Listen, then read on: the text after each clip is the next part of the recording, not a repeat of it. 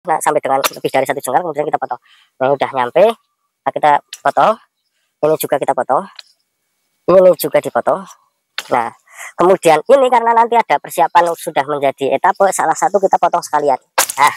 Nah, kemudian yang namanya cabang prima itu dia dapat nutrisi langsung dari batang. Tapi berbeda ketika ini kita biarkan lancar ke sana, terus kemudian ini nanti muncul pupusnya itu tidak dibuang, terus kemudian ini muncul, ini maka menjadi cabang sekunder. Panjang 1, 2, 3, 4.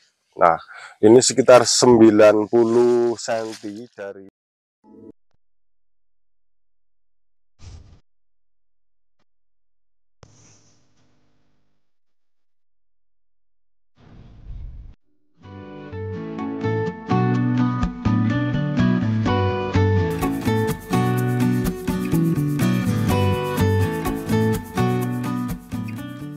Selamat sore teman-teman kopi yang ada di Nusantara. Hari ini saya datang ke salah satu petani yang ada di wilayah Kalibening begitu ya. Saya melihat tanaman di usia 2,5 tahun. Tanaman ini sudah produktif, sudah mau belajar berbuah yang pertama begitu ya. Terus kemudian kita kepingin nyepil begitu, kita kepingin tahu pemangkasan seperti apa yang dilakukan biar kopi yang dihasilkan itu akan menjadi kopi yang produktif ya. Terus kemudian ketika kita melihat tanaman yang ada di kebun ini cukup baik dan sepertinya dilakukan pemangkasan secara berkala dengan teknik yang petani punya barangkali, dan ini efek daripada pemangkasan ini. Ternyata saya melihat ada banyak sekali batang yang cukup produktif, batangnya kuat padahal masih di umur 2 tahun. Dan seperti apa cara mangkasnya biar menjadi kopi dengan produktivitas yang baik? Tonton terus video ini. Jangan lupa subscribe, like, share, dan komen agar channel ini semakin berkembang dan bisa memberikan manfaat untuk teman-teman kopi yang ada di Nusantara. Cek cara pemangkasannya akan seperti apa.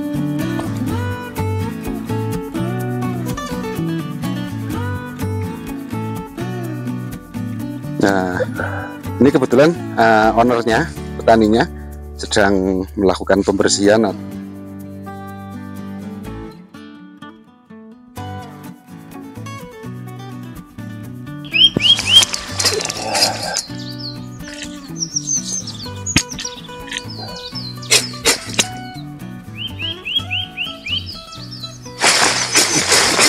Gitu kan teman-teman, jadi cukup kejam. Ini memang harus cukup kejam, harusnya pakai gunting itu harusnya ya, cuman katanya dulunya jadi ya sedang buat motong rambut jadinya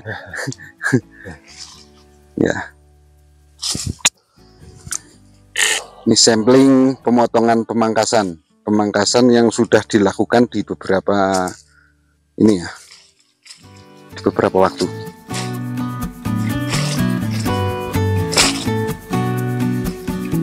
Selamat sore Pak.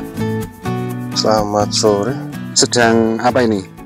Sedang melakukan pewiwilan sekaligus pembuatan batang cabang agar menjadi cabang produksi, karena kalau dibiarkan ini hanya sekali produksi, nggak ada regenerasi gitu. Jadi sedang melakukan regenerasi ya? Ya, di pembentukan batang begitu ya? Pembentukan batang produksi. Contohnya seperti ini adalah pewiwilan ranting-ranting kecil yang cabang air kurang gitu ya? Produksi dikurangi agar tidak mengganggu, menyerap nutrisi, mengalahkan yang sebagai produksi. Oke. Kemudian ini juga setelah melakukan pemangkasan ya, ini pemangkasan yang kedua setelah pemangkasan pertama, kemudian kita bentuk, ini dipotong lagi, ini sudah. Mohon maaf sebentar, ini melakukan pemangkasan ini itu di umur berapa? Umur 2 tahun. Umur 2 tahunan sudah harus dipangkas, dibentuk ya? Sudah dibentuk untuk etape pertama, dan ini cabang-cabang sebagai bonus ya, karena yang di bawah nanti ini ada sekitar 60 cm ya 60 atau 50 cm ini akan dibuang semua, akan dibuang. Disisakan 1, 2, 3, maksimal 4 atau 5 lah. 4 atau 5 ya, cabang ya. Karena ini nanti nunggu ini buah pertama habis, kemudian dipangkas. Mungkin ini akan dipangkas di tahun depan ya, setelah musim panen tahun depan ya. Justru malah nanti setelah musim ini selesai, kemudian langsung pangkas dan kita maksimalkan untuk etape yang pertama. Iya. Dan ini sudah terbentuk ya, karena kemarin sudah dipangkas, menghasilkan seperti tunas raja ya, ada siripnya. Kemudian ini kenapa jadi 3, karena kemarin dipotong. Dan untuk tahap selanjutnya ini sekitar nanti 50 cm lah, 50 cm, sisakan 30 cm kita potong. Dan ini sudah dipotong, kemudian sisakan 1, biarkan tumbuh. Kemudian nanti cabang ini salah satu ditumbuhkan. Ya, biarkan, kemudian 1 dipotong. Ini nanti finishing apa namanya, finishing ketinggian mau ditarget berapa ini? Berapa meter barangkali?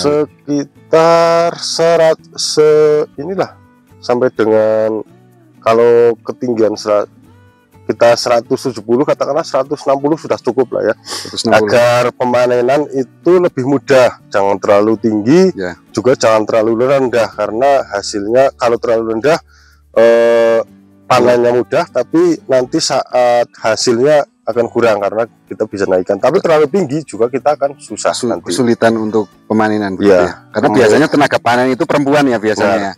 Ya. Dan ini akan setelah kita kemarin kan belum sampai ini 1 jengkal, jadinya masih disisakan belum dipotong. Ini saatnya kita potong 1 jengkal, kita potong agar tumbuh tunas, atau di cabang ini ada rantingnya 2 atau 3. Ya. Maksimal 4 lah. Kalau terlalu banyak juga nanti hasilnya kurang bagus, karena nutrisi terserap pada ranting-ranting kecil ya, yang kurang produksi. Dan ini kita potong juga. Kemudian, nah, sisakan salah satu. Ini nanti juga potensi karena dibuang. Ya, efeknya nanti ini akan tumbuh tunas yang baru. Dan ini juga kemarin efek dari pemangkasan, walaupun tidak dipotong, ini akan menumbuhkan tunas-tunas samping yang subur ya. Tapi kalau nggak dipotong, dia akan tumbuh tapi cuma 1, menjadi lancuran ya. Dan kalau sudah panen, sudah nggak ada produksi lagi. Nah, keuntungan untuk kita bentuk ini nanti regenerasi, jadi ini sudah menghasilkan, ini persiapan untuk tahun depan. G0-nya ya. Kemudian yang ini nanti akan tumbuh, disisakan. Kalau ini sudah tidak produksi, akan tumbuh tunas baru lagi untuk persiapan tahun depannya lagi, tahun berikutnya. Jadi setiap tahun dimunculkan cabang-cabang yang produktif begitu ya. Iya, benar. Iya. Oke. Iya. Gitu teman-teman. Jadi ini kan, ini kenapa dipotong? Ini batang utama, batangnya, widthnya, terus kemudian ini batang primernya. Nah, kalau ini dipotong, maka dia akan muncul 2 atau 3. Taruh muncul 2 lah ya. Taruh muncul 2, berarti ini 2 ini sama-sama batang, sama-sama cabang primer. Begitu. Jadi yang namanya cabang primer itu dia dapat nutrisi langsung dari batang. Tapi berbeda ketika ini kita biarkan lancer ke sana, terus kemudian ini nanti muncul pupusnya itu tidak dibuang, terus kemudian ini muncul, ini maka menjadi cabang sekunder. Nah, otomatis nutrisinya itu tidak langsung dari batang, tapi dia harus melewati jalur cabang primernya dulu. Begitu. Itu salah satu teknik yang dilakukan sama petani agar hasilnya lebih maksimal. Terus kemudian pembersihan seperti ini, pembersihan wiwilan, pembersihan cabang air, cabang-cabang yang mengganggu itu dilakukan berapa bulan sekali kah, atau mungkin berapa waktunya kira-kira? Kalau melihat atau mengingat pertumbuhannya seperti apa, kalau ini tunasnya cepat tumbuh, biasanya kalau subur sekitar 15 hari sudah mulai kelihatan. Dan ini nanti tumbuh tunas air yang harus kita buang.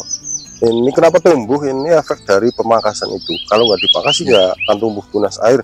Tapi begitu dipangkas ini tunas air akan tumbuh dan seperti tunas-tunas cacing.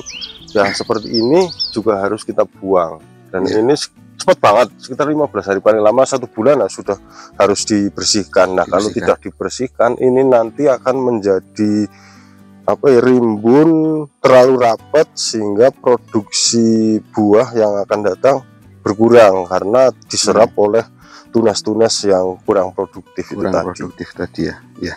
Jadi memaksimalkan nutrisi yang ada, kemudian yang muncul dari tanah, kemudian betul-betul dimaksimalkan di cabang yang memang betul-betul produktif. Kemudian serapan atas atas cabang-cabang yang tidak produktif itu sudah dipangkas habis karena sudah secara berkala dilakukan pembersihan atau mungkin katakanlah pemangkasan begitu. Nah ini untuk pemangkasan yang kedua, nanti kita bisa ditunjukkan untuk pemangkasan yang pertama.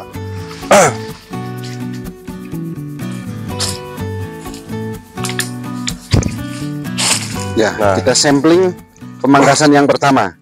Ini mungkin bukan penanamannya tidak sama ya?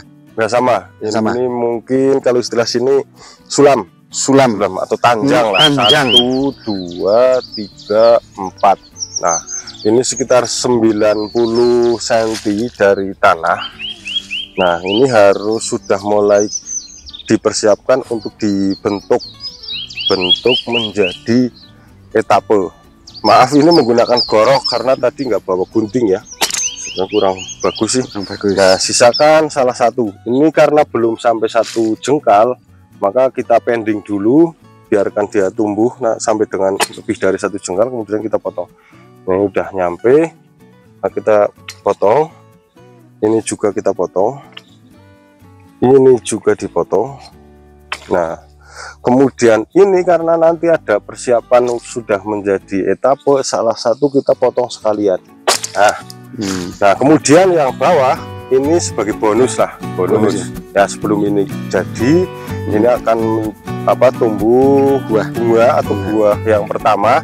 Nah nanti setelah buah pertama selesai kita potong dan ini sudah siap untuk produksi tahun depannya. Oke, ya itu ya. Jadi memang betul-betul harus tahu ilmunya teman-teman, harus tahu ilmunya dan harus kejem ya. Itu dipupus yang bagus, di batang yang bagus, cuman harus dibuang begitu ya. Cuman itulah perlakuan petani, istilahnya berakit-rakit ke hulu, kejem-kejem dahulu, baru nanti akan mendapatkan buah dengan produktivitas batang dengan produktivitas yang baik.